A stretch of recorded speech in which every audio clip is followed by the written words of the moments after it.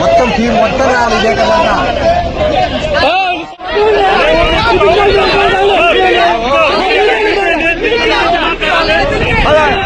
రైతుది పోలా కాకపోతే దీన్ని ఇక్కడే మళ్ళీ బ్లాక్ ని కొనను ఇంకొకళ్ళు ఇక్కడే కాటేసి ఆ ప్రాసెస్ అసలు జరగకూడదు.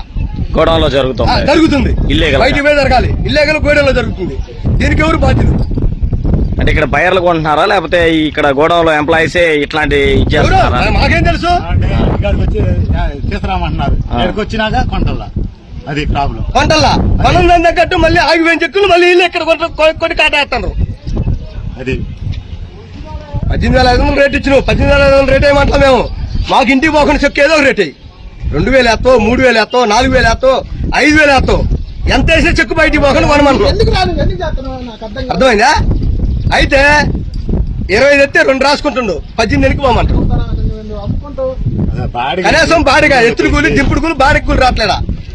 తక్కువ 50,000 ఎత్తే 700 రూపాయలు ఇచ్చిన వాళ్ళకి దింపుడు కూలి.